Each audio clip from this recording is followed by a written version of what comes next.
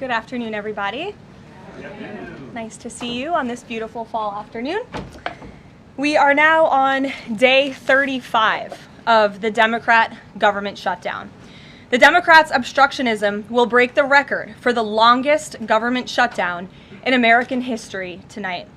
The Democrats are intentionally hurting American families, workers, and businesses with this shutdown to fight for free health care for illegal aliens and to appease their radical left-wing base. And it's a total disgrace. This past weekend, Americans traveling to weddings, funerals, vacations, and meetings faced significant flight disruptions at airports across the country because of staffing shortages. On Sunday alone, more than 5,000 flights traveling to and from U.S. airports were delayed. Since the Democrat shutdown began, 4 times as many staffing shortages have been reported at air traffic control facilities compared to last year. TSA checkpoint wait times ballooned past 3 hours at Houston's George Bush Intercontinental Airport, with some passengers enduring up to 5 hours in line. At nearby William P. Hobby Airport in Texas, security wait times are routinely exceeding 1 hour. More than 13,000 air traffic controllers are continuing to work without pay. Because of the Democrats, these men and women who keep our airspace safe and moving will miss a second paycheck in a row this Friday if Democrats refuse to open the government. Let me be clear to our incredible air traffic controllers across the country. President Trump and Republicans want you to get your paychecks. They want you to be paid. Please call on your Democrat senators and tell them to side with President Trump and Republicans to vote to reopen the government. Our nation's 4 largest airlines, United, Delta, American, and Southwest, have now all endorsed the Republican, nonpartisan, clean funding bill to end the government shutdown. Major unions, collectively representing tens of thousands of pilots, have also joined the airlines in calling on Democrats to pass the clean, nonpartisan CR. The travel industry is also imploring Democrats to end the shutdown and reopen the government. Nearly 500 companies and groups in the travel business, including casinos, hotels, and convention bureaus, signed a public letter warning that America's travel economy has already lost $4 billion due to this Democrat shutdown, and they have called for the Republican CR to be passed, saying Americans expect and deserve a fully functioning federal government during the peak holiday travel season. Never before have we seen private industry and union leadership so unified on the same issue, rallying behind Republicans in such a vocal way. The Democrats have completely lost the plot. They are endangering the safety, prosperity, and livelihoods of millions of Americans. It's well past time Democrats do what they did 13 times under Joe Biden and pass the clean funding bill extension. All we need are 5 Democrat senators to put country over party and vote to end this reckless shutdown. In other news, tomorrow will mark the 1-year anniversary of President Trump's historic election victory, where he won nearly 80 million votes, the popular vote, in all 7 swing states. This was the ultimate poll on November 5th. The president secured a mandate to make America great again, and he has delivered in record time. Never before have we had a president who has kept their promises like President Trump has. I'd like to go over a few of those with you. In less than 10 short months, President Trump signed the largest middle-class tax cut in history, including no tax on tips, overtime, and Social Security to put more money back into the pockets of the American people. The president ended the southern border invasion of the Biden administration, made our border the most secure in history, and he is carrying out the largest mass deportation campaign of illegal aliens in our nation's history to protect our homeland, just as promised. President Trump has aggressively taken on drug cartels by declaring them as foreign terrorist organizations and even blowing up narco-terrorists who have tried to poison the American people with fentanyl and other illegal narcotics. President Trump defeated the Biden inflation crisis, and he continues to implement a pro-growth, America First economic agenda to make America affordable again, and we are seeing the results of that every day. Inflation has remained low and steady, averaging just 2.5% compared to the painful average of 5% under Biden and we know it was historically higher than that for most of President Biden's term. Meanwhile, real private sector wages are on track to rise by almost $1,500 since President Trump took office, a significant change to the Biden years where private sector wages declined and were being wiped out by inflation. President Trump has ended the reckless war on American energy and unleashed energy dominance, with gas prices now plummeting to their lowest average levels in more than 4 years. President Trump implemented powerful tariffs to rebalance America's trade deals, protect American workers, and returning our country to be a manufacturing superpower once again. As a result, the president has secured trillions and trillions of dollars in private and foreign investments into the United States, which are creating high-paying jobs for the greatest workforce in the world. The president has restored America's place as the leader of the free world through his unwavering peace through strength foreign policy that has already ended 8 wars and counting. And the president ended illegal DEI initiatives in our federal government and is returning our country to a merit-based society based on common sense. President Trump protected opportunities for women and girls to compete safely and fairly by continuing to keep men out of women's sports. Americans have a president who works tirelessly, literally 24/7, to improve their lives and make our country better than it has ever been before. So with that, today we will open it up to questions, and we will start with our independent journalist in our new media seat, Julio Rotas. Julio, please start. Thank you. Thanks, Caroline. So over the weekend in Mexico, a mayor in Michoacan, Carlos Manso, he was assassinated while celebrating Dia de Muertos with his family. His assassination has sparked a lot of outrage. A lot of Mexicans are very upset. They're blaming President Claudia Sheinbaum for not taking the cartel threat seriously enough. Yesterday, she said that, once again, she's not going to allow any foreign military intervention to take on the cartels on Mexican soil, and that Mexico is not going to pursue a drug war similar to what they've done in the past. So my question is President Trump satisfied with Claudia Sheinbaum's approach to cartels? And if not, has Manso's assassination kind of opened up some new options for the United States to pursue regarding cartels? Well, first of all, with respect to this specific news item and this alleged assassination that took place in Mexico, I know the Trump administration, we are aware of that, and of course we condemn all political violence anywhere in all forms. As for Claudia Sheinbaum and the president's relationship with her, I think he has a lot of respect for her as president of Mexico, and he also really appreciates the coordination that she has provided to the Trump administration. I can't speak for her and what she's doing internally in her country. I can speak for the president in saying we are continually pushing Mexico to do more to tackle the drug trafficking and the drug cartels within their country, and we are working with them in any way that we can. And the president has obviously used the full range of executive options in his authorities to crack down on drug trafficking at our southern border and to designate these cartels as foreign terrorist organizations and additional actions as well.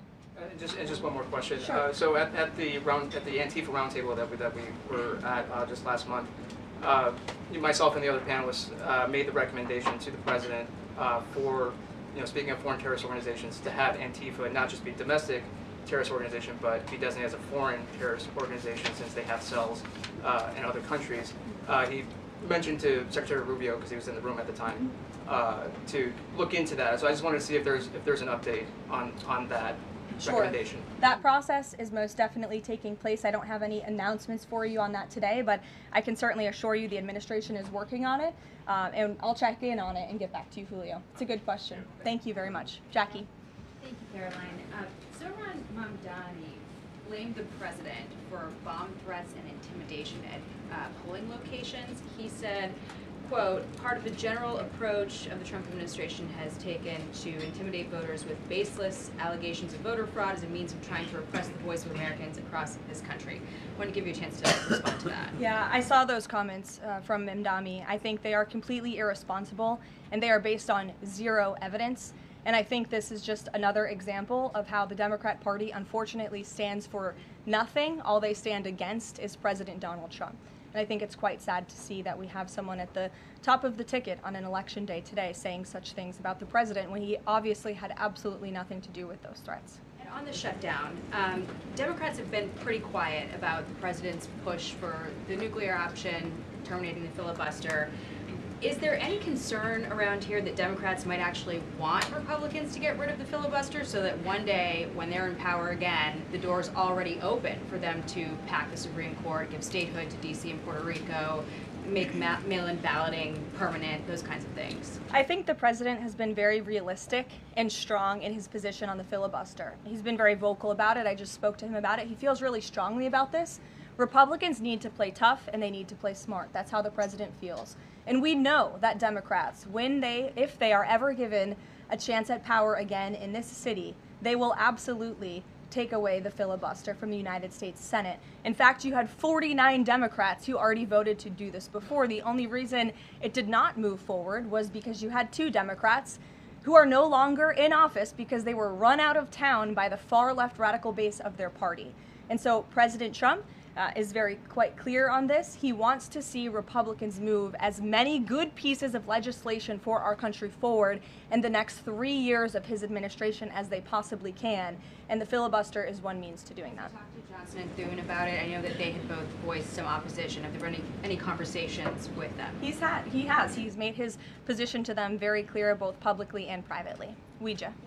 Can you help clear up some confusion about SNAP benefits? Because Sure. the president just posted that they will only be given out when the radical left Democrats open the government and not before. Mm-hmm. But just yesterday, the administration said it would comply with a court order to expend the full amount of SNAP contingency funds by end of business day yesterday. So did the administration distribute that money or defy that court order?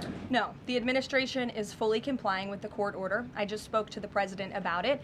The recipients of these SNAP benefits need to understand it's going to take some time to receive this money because the Democrats have forced the administration into a very untenable position. We are digging into a contingency fund that is supposed to be for emergencies, catastrophes, for war. And the president does not want to have to tap into this fund in the future, and that's what he was referring to in his Truth Social post. So the Department of Agriculture, as for the latest SNAP payment in the judge's order, put out guidance to states today on how to get that money to the recipients of SNAP. But it's going to take some time. The best way to get the full amount of SNAP benefits to those beneficiaries is for Democrats to reopen the government. So to anyone who is a SNAP beneficiary at home who needs that assistance, and the president was just saying, this is for people who are truly needy, who need food, who need this assistance from the United States government. Democrats are holding it up and making it difficult for the administration to get those payments out the door. So if you are at home and you want your SNAP benefits, call the Democrats and tell them to reopen the government. Blocking that contingency fund for the future if this shutdown lingers on? Look, the president does not want to have to continue to dip into a contingency fund that doesn't even have enough money, by the way, to fund the full program. It takes $9 billion to get the full scale of the benefits out the door. This contingency fund only has about $5 billion in it. So again, Democrats need to reopen the government so we can get these benefits out the door for people who truly need them. Kate. Thanks. The president suggested that if Mamdani wins, that he would cut federal funding to New York. How much funding would be impacted? What would be impacted there? Well, look, we won't get ahead of the election results, nor will I speak to what the president may do in the future. We'll see how tonight goes, and then I'll let him speak on it further. And why did the administration exclude Democratic lawmakers? Last week there was a briefing about U.S. strikes on alleged drug trafficking boats. Why were those Democrats excluded? The administration has briefed Congress on these matters 8 separate times, and Democrats have been included in those briefings. In fact, I know that Secretary Rubio will be on Capitol Hill tomorrow to brief the Gang of 12, which includes Democrats as well. So the president's made it very clear, if senators want to understand the administration's operations against narco drug traffickers, we are very happy to speak with them about that, and we will continue to do so. But we've been incredibly transparent. As I said, there's been 8 briefings on this topic, with the 9th coming tomorrow. Rachel. Thanks, Caroline. There's been some reporting out there about the possibility of furloughed workers not getting back pay. We know that the president signed that bill into law in his first term. Does the administration guarantee that all furloughed workers will get back pay? This is something we are very much open to discussing with Democrats as part of the discussions about the continuing resolution to keep the government open, and it's something that Republicans are talking with Democrats about right now. I won't get ahead of those negotiations or discussions. That's a possibility that may not happen, even though it's law. I just said Republicans in the White House are very much open to discussing this with Democrats. And then just one last question. As this government shutdown now drags on, about to make history as the longest government shutdown in American history, can you talk about what the president is personally doing to try to see an end to this? He's pushing Republicans to keep voting and to keep opening up the Senate floor to vote for the clean continuing resolution. He had the Senate Majority Leader and the House Caucus Leader, Hakeem Jeffries, here at the White House to talk about this in the very early stages, to give them a chance to come to their senses and avoid this entire government shutdown at the very beginning. And they chose not to. And I think it's been very clear to everyone in this room and to everyone across the country that the Democrats are playing partisan politics with our United States federal government. And all Republicans have wanted to do for the last 35 days is reopen the government. That has been the president's position since day one. It is his position today on day 35. And all we need are 5 common sense Democrats with have a little bit of courage and come to the table and vote with Republicans. I saw Senator John Fetterman on television last night saying that he hopes more folks in his party will step up. And we certainly agree with him on that point. Sure. Caroline, the president posted on True Social that the voting underway in California is, quote, rigged. What evidence does he have of that, and what does it mean that mail-in ballots in that state are under legal and criminal review? By whom and why? And also, in this vein, does the White House still plan to issue an executive order banning mail-in voting, and what legal authority do you have to do that? The White House is working on an executive order to strengthen our elections in this country and to ensure that there cannot be blatant fraud, as we've seen in California with their universal mail-in voting system. It's absolutely true that there's fraud in California's elections. It's just a fact. It is just a fact. They have a universal mail-in voting system, which we know is ripe for fraud. And if you want to deny that, I'm happy to provide you all of the evidence for it. I'd be glad to send that to you after this briefing. Rigged. Fraudulent ballots that are being mailed in the names of other people, in the names of illegal aliens who shouldn't be voting in American elections. There's countless examples, and we'd be happy to provide them. As for executive action the White House is taking, yes, we are looking into that. And like any executive order, of course, any executive order the president signs is within his full executive authority and within the confines of the law. Stephen. Thank you, Caroline. I've got 2 questions I'd like to ask you about New York, but first I'd like to ask you about breaking news from the Attorney General. She revealed just about an hour ago that the Biden Justice Department seized President Trump's official first-term phone and subpoenaed his private phone records. Do you have a reaction to that? And also, do we know if they actually got those private call records? I saw the Attorney General's post on that. For additional questions, I would refer you to the Department of Justice, but I think this is just further evidence of the egregious overreach and weaponization of government that took place under the previous White House against then former President and now President Donald J. Trump. It was a clear effort by the Biden White House and the Biden DOJ to go after the president, and this is just further evidence of that. On New York, we've seen the president's messages that he's put out, but could you describe how he's feeling as a New Yorker watching this election? Well, the president is a New Yorker and he loves New York. It is his home. He talks about that all of the time, and he's made his thoughts on this election quite clear, I think, himself. In the back, yes, go ahead. Thank you. Over the weekend, there were reports. I was going to you in the green, but go ahead and then you can have your question. Thank you. Over the weekend, there were reports that President Trump was due to host President of Syria, Ahmad al-Sharia, on Monday. Do you have any preview for that meeting? Is he expected to invite him to join the U.S.-led anti-ISIS coalition? I can confirm that that meeting will be taking place here at the White House on Monday, and this is part of the president's efforts in diplomacy to meet with anyone around the world in the pursuit of peace. And as you know, when the president was in the Middle East, he made the historic decision to lift sanctions on Syria to give them a real chance at peace. And I think the administration, we've seen good progress on that front under their new leadership. And so he will be here at the White House on Monday, and I'll let the president speak further on it on Monday.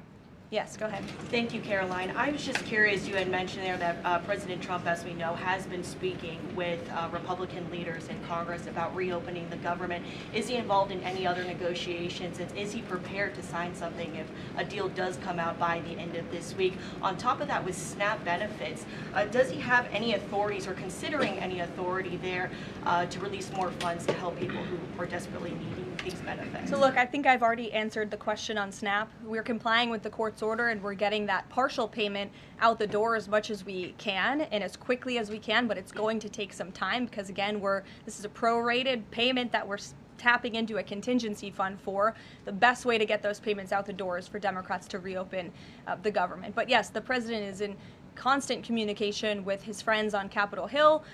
They know, they call, he answers, he picks up the phone. He's a very transparent president in that way.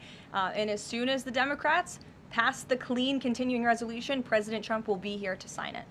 Michael. Thank you, Caroline. President Trump has threatened to go into Nigeria guns a-blazing if Nigeria's government does not stop the killing of Christians in that country. Has the White House heard back from Nigeria's government on this threat? As the president stated, Michael, if the Nigerian government continues to allow the killing of Christians, the United States will immediately stop all aid and assistance to Nigeria and may take action to wipe out the Islamic terrorists who are committing these horrible atrocities, especially against innocent women and children. I don't have any further announcements on that for you today, but I can assure you the President of the United States is watching this situation unfold very closely, as is our Secretary of State, Marco Rubio. Caroline, President Trump has endorsed Andrew Cuomo in New York City's mayoral race. He has not by name endorsed Winsome Sears in Virginia's gubernatorial race. Why is that? Look, as you know from this podium, I'm quite limited in what I can say with regards to ongoing political elections. I think the president has spoken for himself and what he wants to see take place in these elections today. Levitt. Thank you. I would like to ask you about India-US relationship. What is President's thoughts on the future of India-US relationship? I'm sorry, Levitt, can you repeat that? What is President's thoughts on future of India-US relationship? I think he feels very positive and strongly about it. As you know, he recently, a few weeks back, spoke to Prime Minister directly when he celebrated in the Oval Office Diwali with many high-ranking Indian American officials here at the White House. We have a great U.S. ambassador to India in Mr. Sergio Gore, who will represent our country very well. And the president and his trade team continue to be in very serious discussions with India with respect to that topic. So I know the president has great respect for Prime Minister Modi, and they speak pretty frequently. Thank you. Hi, yes. The air traffic controller crisis ongoing. Secretary Duffy said he will now start to cancel and ground flights next week to maintain safety. Should people fly next week given this new information, and is the administration encouraging people to stop flying altogether and look at alternative transportation modes? The administration is encouraging Democrats to reopen the federal government so this chaos and disruption to our air traffic control system in the United States of America stops. It is ridiculous that we have even gotten to this place and that the Democrats have continued to shut down the government with 35 days, our air traffic controllers continuing to work unpaid, every single major airline in our country coming out and begging the Democrats to please reopen the government. And you had a Democrat staffer who was quoted, I believe in Politico a few weeks back, saying, short of planes falling out of the sky, we are not going to reopen the government. That is a reckless and dangerous statement from someone who didn't want to put their name on that statement, but we know it came from the Democrat Party, and I think we're very clear. We want to reopen the government so we can resume travel in the safest and most efficient way possible, especially as we head into the busiest travel season of the month. We have Thanksgiving in a few weeks, and so Americans across the country need to make it very clear to their Democrat representatives that we want this government to be reopened so we can resume safe and efficient travel. Fran. Thanks, Caroline. As of last I checked, the president still had not commented on the death of former Vice President Dick Cheney. Is the White House involved in funeral arrangements in any way? Does the president plan to speak at the funeral? Has he spoken to anyone in the Cheney family today? And does the White House have an opinion on whether or not the former vice president should lie in honor or state in the Capitol? I don't believe the White House is involved in that planning, or at least hasn't gotten to it yet.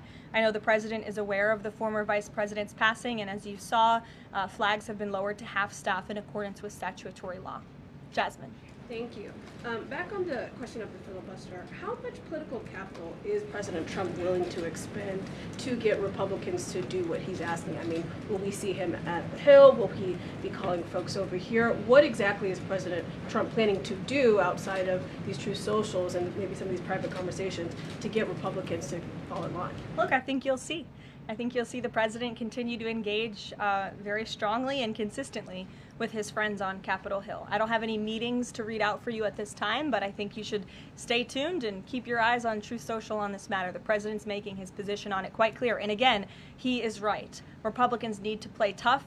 We know that this is what the Democrats will do if they are ever given the keys to power again. And he wants to pass as many good pieces of legislation as we possibly can for our country and for our people. That includes election integrity reforms. It includes additional tax policy. It includes, fixing our immigration system further in ways that only Congress can. And the president fears with a Democrat Party that is so radical and opposes everything he does and everything he says, this is the only option for Republicans to move forward. Karen. In a second question, President Trump said to CBS in the 60 Minutes interview that he did not know the Binance founder, which he pardoned. What exactly did he mean for that? I know it caused He means he does not know him personally. He means he does not have a personal relationship with this individual. And when it comes to pardons, the White House takes them with the utmost seriousness, and the president understands the responsibility that he has as president to issue clemency and issue pardons to individuals who are seeking that. That's why we have a very thorough review process here that moves with the Department of Justice and the White House counsel's office. There's a whole team of qualified lawyers who look at every single pardon request that ultimately make their way up to the President of the United States. He's the ultimate final decision maker. And he was very clear when he came into office that he was most interested in looking at pardoning individuals who were abused and used by the Biden Department of Justice and were over-prosecuted by a weaponized DOJ. And the individual you're referring to, that was certainly the case. Even the judge in his case said that the sentencing that the Biden administration was asking for was egregious and went too far. And so the president is correcting that wrong, and he has officially ended the Biden administration's war on the cryptocurrency industry, and I think that's the message he sent with this pardon. Karen, yes. Back on the issue of back pay for furloughed workers, you said that the White House is open to discussing that with Democrats, but what would that discussion even be? There was a law, the president signed it in 2019. What could a discussion look like? Why is that even open for discussion? Look, Karen, as I said, Republicans are talking about that with Democrats right now, and I don't want to get in the middle of those sensitive conversations. But as we've complied with the SNAP order, the White House, the administration is always going to comply with the laws. We're always going to comply with the ruling of judges across the country. But the Republicans are discussing this matter with Democrats right now. Why would there even be a consideration of not paying those workers, though, Caroline? News Nation. Big day in the Supreme Court tomorrow with President Trump's tariff policy facing a legal challenge. What's at stake with that case? And if the Supreme Court rules against the Trump administration, what is Plan B for trade policy? I'll tell you, the White House is always preparing for Plan B. It would be imprudent of the president's advisors not to prepare for such a situation. With that said, we are 100% confident in the president and his team's legal argument in the merits of the law in this case, and we remain optimistic that the Supreme Court is going to do the right thing.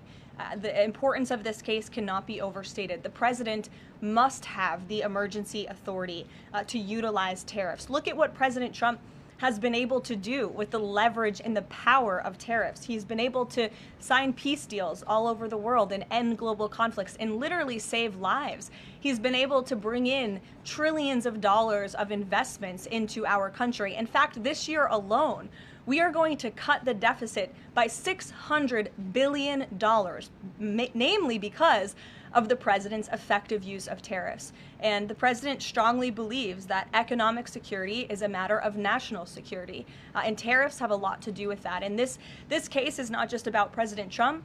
It's about the use of this emergency authorization for tariffs for future presidents and administrations to come, and we're confident and hopeful that the Supreme Court will do the right thing.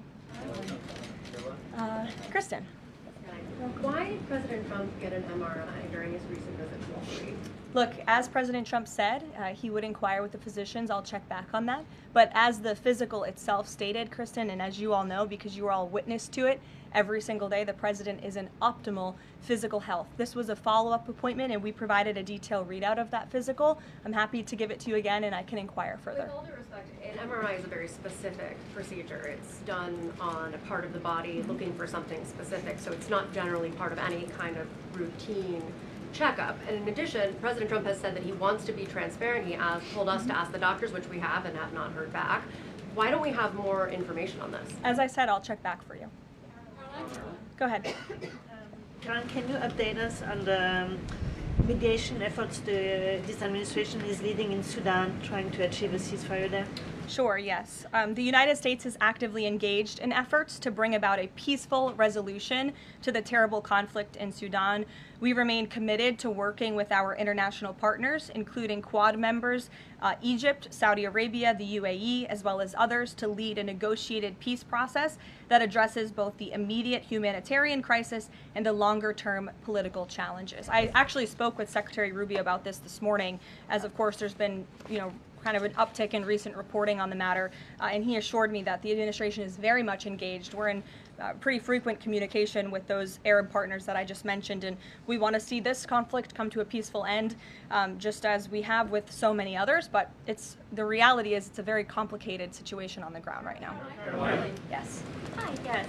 Just trying to go back into the subject of Mexico. Is the Trump administration planning to send U.S. troops to Mexico to combat drug cartels, as reported by other outlets? That's not something I would confirm from this podium if it were happening, so I will not comment on that. Eamon. Thank you, Caroline. Why did the president decide not to go to the Supreme Court tomorrow? He'd indicated earlier that he might want to go and attend in person. Yeah. And now he's saying he's not going to go. Why? The president did have an interest in attending the Supreme Court hearing tomorrow, as I just expressed how important it is to him, the administration, and the country, this case. But he is traveling to Miami tomorrow, as you all know, to give an economic address with the mayor of Miami and many global business leaders to talk about his historic success with the economy over the past 10 months and talk about sort of where we are headed as a country in terms of our economy. So he'll be traveling tomorrow on the road in Miami. That's why he won't be here, but Secretary Scott Bessent will be in attendance at the hearing tomorrow at the request of the president. He has said that he doesn't want to export the high-end NVIDIA chips to China, but the Wall Street Journal reported yesterday that there was some question about whether the president would raise this as a possible concession with the Chinese side during his meeting with Xi Jinping. So does the White House consider NVIDIA chip exports to China to be a closed issue right now, or is this an ongoing negotiation between the United States, China, and NVIDIA at this point? The president has made his position on this very clear, both to the Chinese and also to all of you. He's answered this question directly. As for the most advanced chips, the Blackwell chip, that's not something we're interested in selling to China at this time. Annie. Does the president think that the results of the Virginia or New Jersey gubernatorial rail races tomorrow or statewide races tomorrow will in any way reflect a voter sentiment towards his administration? Look, Annie, I'm not at liberty to talk about the election results, and I certainly won't get ahead of them. I'm not going to engage in hypotheticals that may or may not happen tonight. We'll have to watch and see. And I'm sure you'll hear directly from the president tomorrow on that point. Quickly on Snap, just really quickly, is there anything that prompted the president's tweet this morning? Because it did seem quite different from some of his other communications about Snap. It seemed a little bit out of the left field. I'm just wondering if he had a conversation or if there's anything you're aware of that caused him to decide to, at around 11 o'clock, to send out that message. Look, the president is constantly well read on the news, as you know, and he is very much aware we are in day 35 of a government shutdown in which these SNAP benefits, we're pushing them out the door. USDA put out that guidance to the states this morning. The president was aware of that, and he wants to make it very clear that these benefits are in jeopardy because of the Democrats, and they should just open the government so that we can continue getting these funds out the door in an easier and more efficient way. There's some new reporting that just dropped a few minutes ago that the Trump administration is negotiating with the makers of Ozempic to sell some weight loss drugs for $149 a month. That's according to the Wall Street Journal. Do you have any more information on that? Can you confirm that? I think the president has said himself in previous Most Favored Nations announcements that this is something that the administration has been engaged in and looking into. I won't get ahead of the president on any future announcements, but I will echo his strong commitment to bringing down drug prices in this country. And you've heard it directly from Secretary Kennedy and Dr. Marty McCary and his entire Health and Human Services team, how committed the president is to bringing down the cost of drugs, and we're working with pharmaceutical companies to do that every day. Very quickly, Caroline, on SNAP. I know it's been asked, and I know Ouija asked it, but I want to put a fine point on it. You talked about the president's post here, and he wrote that SNAP benefits will only be given when radical left Democrats open up the government. I understand your previous answers, but as written, how would that not violate the court order as it's written? I've now answered this question several times, Gabe. We are complying with the court's order.